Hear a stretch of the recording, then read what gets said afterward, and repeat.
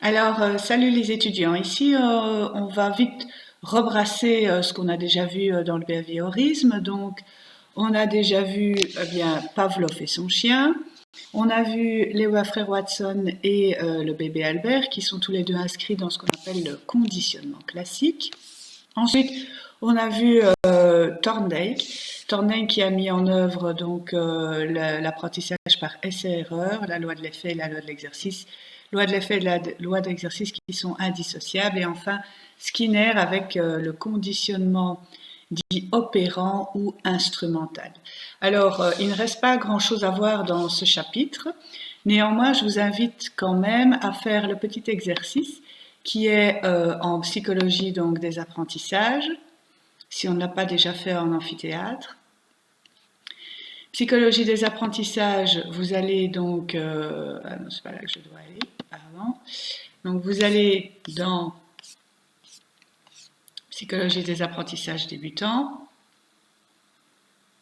Voilà, puis vous allez sur le chapitre 2, le behaviorisme. Voilà. Et ici, je vous invite à faire en autonomie l'exercice qui est ici en dessous. Voilà celui-ci. Donc vous cliquez sur la vidéo, vous lisez bien la différence entre le conditionnement classique et le conditionnement opérant. En fait, cet exercice sert justement à consolider vos connaissances en termes de compréhension sur le conditionnement classique et de faire le lien avec le conditionnement opérant, et vous avez les bonnes réponses qui sont affichées ici. Donc vous devez partir du schéma de Pavlov et essayer d'identifier le schéma expérimental de Skinner, et la bonne réponse est sur la DA3 ici. Attention que ceci ne figure pas dans les notes de cours, mais font néanmoins partie de la matière à étudier. Alors, revenons donc à notre schéma. Ce qu'on n'a pas encore vu, c'est ce qu'on appelle l'impuissance apprise. Alors, en fait, vous avez dans votre syllabus des notes à ce sujet. Il s'agit de l'expérience de Seligman, Meyer et Solomon en 1971, qui ont mis en évidence que non seulement on pouvait apprendre des comportements chez les individus, mais aussi leur apprendre à ne pas agir. Donc on peut apprendre à des individus à agir et aussi à ne pas agir. Comment ont-ils procédé?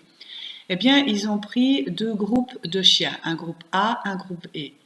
Dans le premier, au signal sonore, il y a une décharge électrique qui est émise au niveau du sol, sauf que il n'y a que la moitié de la cage qui est électrifiée, et donc le chien a la possibilité, à chaque fois qu'il entend le signal sonore, de sauter sur la partie non électrifiée, et donc à apprendre à sauter dans une partie de la cage lorsqu'il entend le signal sonore. C'est bien un conditionnement, et il se fait avec un mode plutôt opérant. Alors ici donc l'animal est dans la cage, il apprend par essai-erreur qu'une partie de la cage n'est pas électrifiée, et on voit que le système fonctionne. Dans le groupe B par contre, il y a le même dispositif expérimental, sauf que la cage est totalement électrifiée au sol. Autrement dit, le chien n'a pas la possibilité d'échapper à la punition, puisqu'il s'agit d'une décharge électrique, donc d'un renforcement dit plutôt négatif. Que va-t-il se passer quand on va prendre les chiens du groupe B et qu'on va les mettre dans la cage, dans le dispositif expérimental du groupe A? Eh bien, au lieu de pouvoir observer des chiens qui vont réapprendre par essai-erreur à aller de l'autre côté de la cage, il ne se passe pas ça du tout.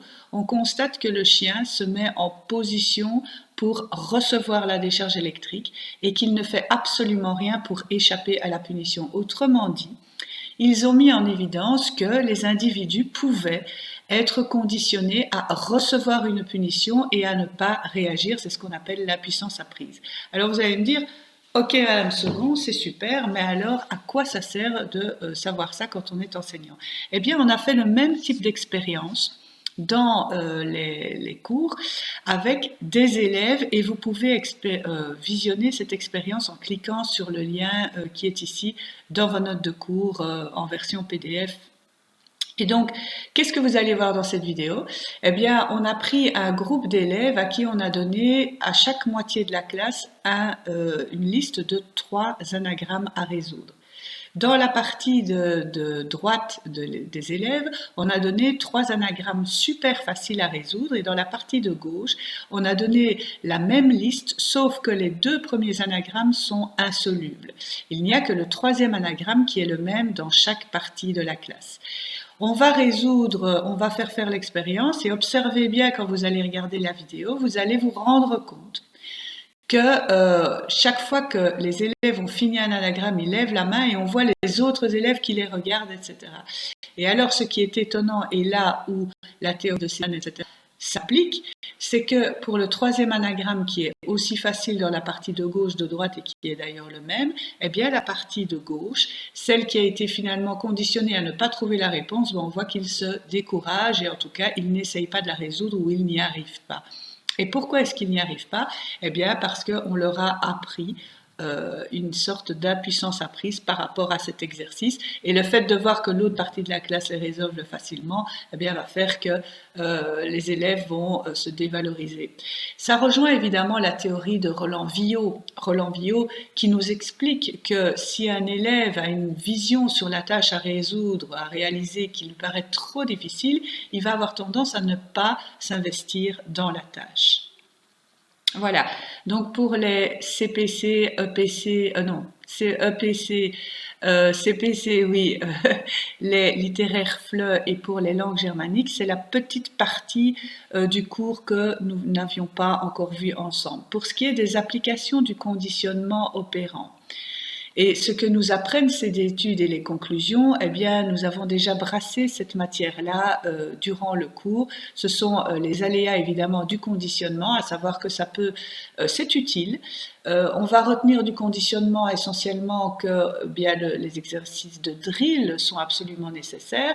Et d'ailleurs, ça va être totalement confirmé par les neurosciences aujourd'hui, puisqu'ils vont parler de consolidation des apprentissages. On sait que, eh bien, on doit utiliser plusieurs fois un chemin de neurones pour que celui-ci devienne un savoir-être, c'est-à-dire qu'il s'inscrive dans la mémoire à long terme et que l'on puisse le mobiliser sans devoir utiliser une puissance cérébrale consciente, trop importante, qui fatigue, etc. Et donc, on va pouvoir multiplier, si vous voulez, la complexité des tâches. Donc, le behaviorisme, oui, nous en avons besoin. Nous conditionnons nos élèves dans la répétition d'apprentissage. La seule chose qu'il ne faut pas oublier, c'est que, il faut faire attention au niveau affectif parce que ça peut générer donc des impuissances apprises. Ça peut aussi générer des dépendances affectives avec des enfants qui ne s'impliquent plus dans rien sans avoir un feedback positif du prof. Ça peut aussi avoir de graves soucis au niveau des apprentissages incidents, c'est-à-dire le conditionnement incident inconscient de Pavlov où on peut finalement conditionner des enfants sans s'en rendre compte, en leur faisant des remarques répétitives. Et finalement, eh bien, on va utiliser le behaviorisme pour tout ce qui relève de l'enseignement programmé, c'est-à-dire dans les exercices de drill. Voilà, je vous remercie pour votre attention. On se retrouve pour une prochaine vidéo sur le constructivisme, le socioconstructivisme et le romantisme.